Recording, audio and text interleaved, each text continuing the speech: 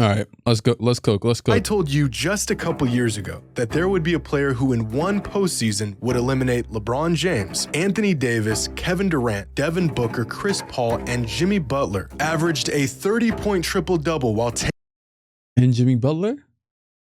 Whoa, buddy. Jimmy Butler going to take that personally. You know what he's going to do? Yeah, man. We remember when the conference finals when Jimmy kept on saying they were going to get the next one and it ended up going to 7? taking a franchise to their first NBA Finals and breaking multiple records But the Celtics in were the saying process. the same thing. Is that Thomas Would Bryant? you even believe me?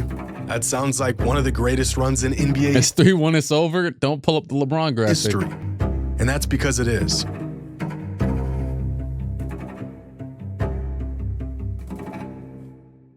Chat. Today's video is There's going to be a big discussion about Jokic. What's it called? Having a better peak than a lot of your favorite players.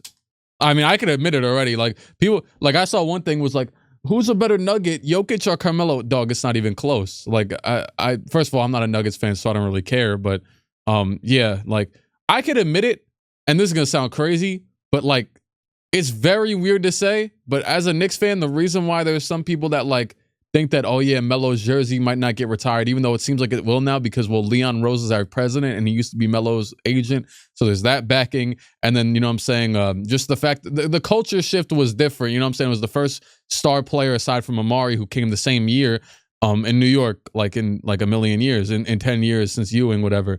But first real star player that actually moved the team a little bit, made the playoffs. But what I would say is, though, is that logically speaking, like, Randall's already met the same success, which is kind of scary because Julius Randle has been awful in the play. Like Melo wasn't an insane playoff player with New York. He had some great games, but like I'm not gonna say like he was like, you know, like playoff Jimmy Butler or something. But very oddly, Julius Randle has already met like the same peaks, which is very weird to think of. But he's got to do it for longer. So I'm not saying he's as good, though. It's just a funny thought. Offensive brilliance, LeBron James set the gold standard for what is possible in the postseason, piling up an offensive box plus minus of 12.8 back in 2009. This record has yet to be broken, and it may never be, because the next closest playoff run in terms of offense was Michael Jordan in 1991, Michael Jordan again in 1990, and then LeBron James again, and then Michael Jordan again, and then our friend Nikola Jokic. And then more Chad, Michael I have a question. I saw this thing on Twitter today, and it actually had me thinking a few times. It was, who would you pick out of these four? How would you rank these four? And it was like in their peak or whatever. And it was Paul Pierce, Jimmy Butler, Paul George, and DeMar DeRozan. I felt like I got a pretty good like 1-2, 1A, 1B, and then 3-4 in terms of like playoff success. Like a pretty easy 4 actually, but you won't even find another name on this chart until we get down to the 11th best offensive postseason in NBA history. Yeah, see that Steph dude, Curry Bill Nye is a what? I agree with him. I'll just say that. I think Jimmy Butler. I know Paul Pierce won Finals MVP, but I think Jimmy Butler's already carried his teams a little bit more in the playoffs. I mean, it's close. They were my 1A, 1B for a reason. I think that DeMar is just a far and away 4. I think in terms of like he's really had some bad playoffs from time to time, but also some solid ones. But not really though. In 2017. But Michael, LeBron, and Steph are possibly the 3 greatest offensive players of all time. So what does that make Nikola Jokic? Well, among the career playoff leaders in offensive box plus minus, you'll find the greatest offensive weapons the game has ever seen. Magic Johnson, Kevin Durant, Steph Curry, LeBron James, Nikola Jokic, and Michael Jordan. So far this postseason, Jokic has managed to accomplish something that was previously thought to be impossible. Lead the playoffs in points, rebounds, and assists, a feat that has never been done before. But somehow this accumulation of stats is not that surprising. The man is getting triple. Did Curry have more? Oh, he probably didn't have the most rebounds. Like they grow on trees. I've seen the name Nikola Jokic next to the words triple-double so much this season, I almost forgot they were really hard to achieve. In fact, Nikola Jokic now has 10 triple-doubles this postseason alone, which is more playoff triple-doubles than all but 5. You think Jokic's going to be a top 5 center of all time?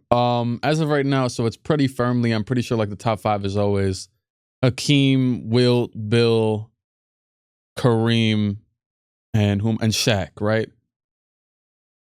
Hakeem, Will, those are all top 15 players. Like he's obviously he's top 10, but top 5 is kind of crazy to say before the centers has the most competition for top 5 out of any position.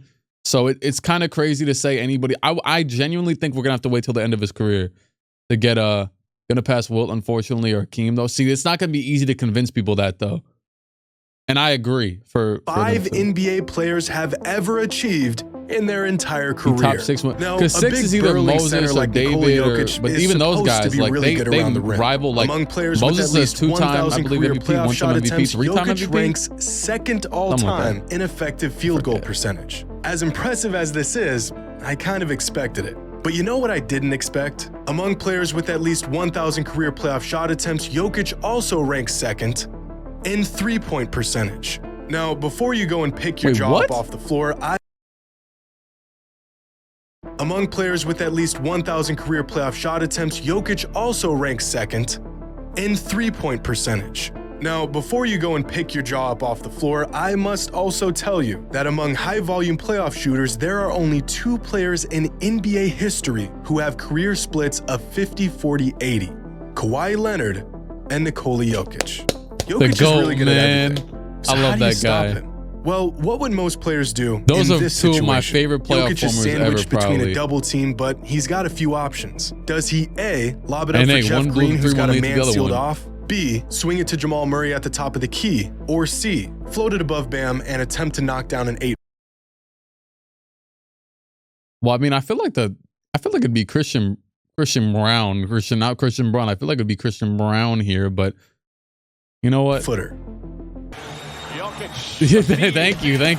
Hey, he does none of those things. Point guard. I told you. Hey, forget the options. Instead, slips a pass to a cutting Christian Brown for an easy dunk. One of the best ways to describe Jokic's game is that he makes it difficult for his teammates to even make a bad play.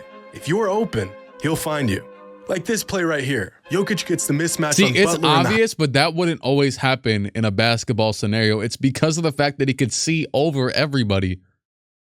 High post. Kyle Lowry sees this, and so he signals Highsmith to double him. Now, right away, you can see Highsmith doesn't want to commit to the double. He knows it's a bad idea, because even with his man on the other side of the court, he knows Jokic can just easily do this.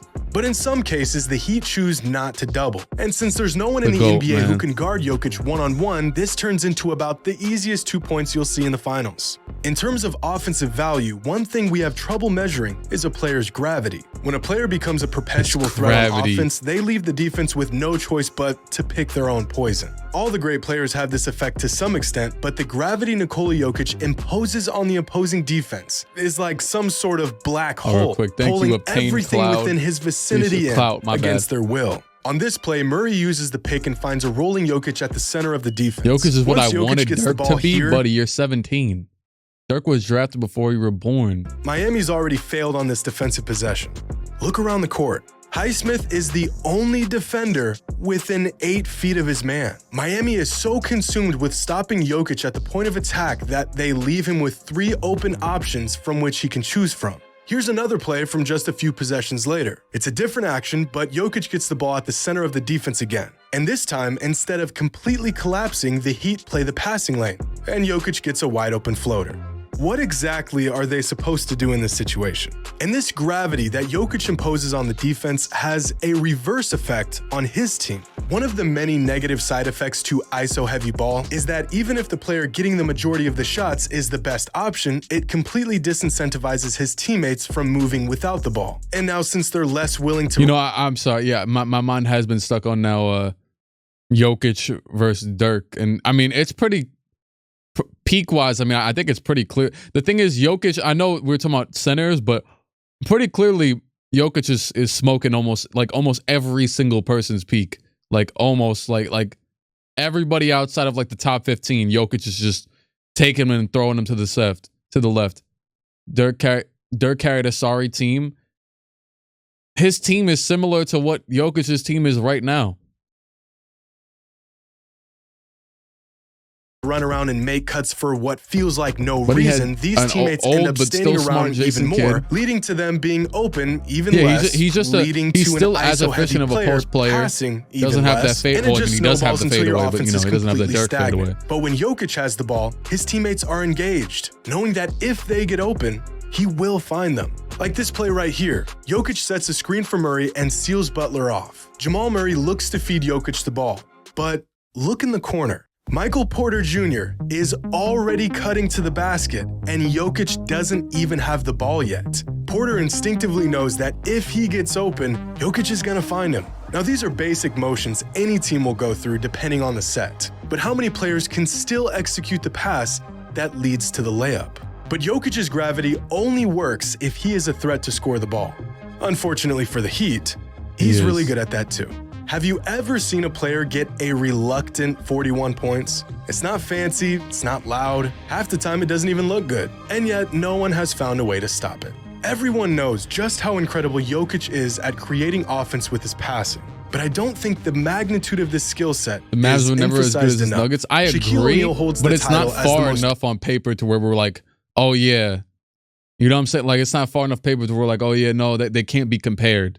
Dominant player of all time. He couldn't hit a free throw, he wasn't the type to survey the floor for open teammates, but none of that mattered because there wasn't a soul on earth that could guard him. But what if Shaq could knock down his free throws? What if he was one of the greatest playmakers of all time? What if he could hit threes? He'd probably have been the greatest player to ever touch a basketball, right?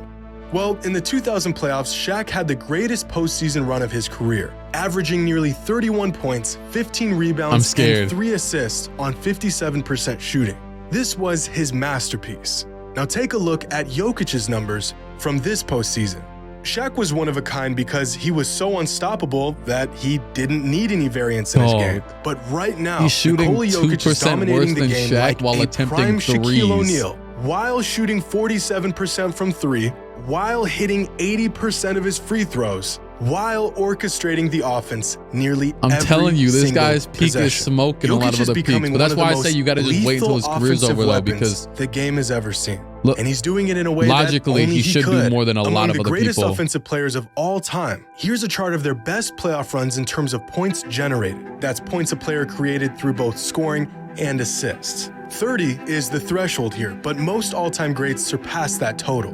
KG, Barkley, and Carmelo all had playoff runs where they generated about 35 points a game. Dwayne Wade is the first player on this list to crack 40 points generated per game in a playoff run. Giannis, Kareem, and Steph all had runs averaging about 42 points generated per game. Keep climbing, and you'll find the 9 players who surpassed the coveted 45 mark. You think Jokic is going to disappear after his career, like how they say Kawhi's gonna? And only 6 of them did it in the modern NBA. Allen Iverson's best playoff run that came in 2001, Luka in 2022, Jordan in 1990, Magic in 1986, LeBron in 2018, and Nikola Jokic this season, creating more offense than I would have any never player guessed in any season ever. Thank you, Jimothy, yet again. Yeah, man. Just throw some really intense music and a chart, and man, you got me.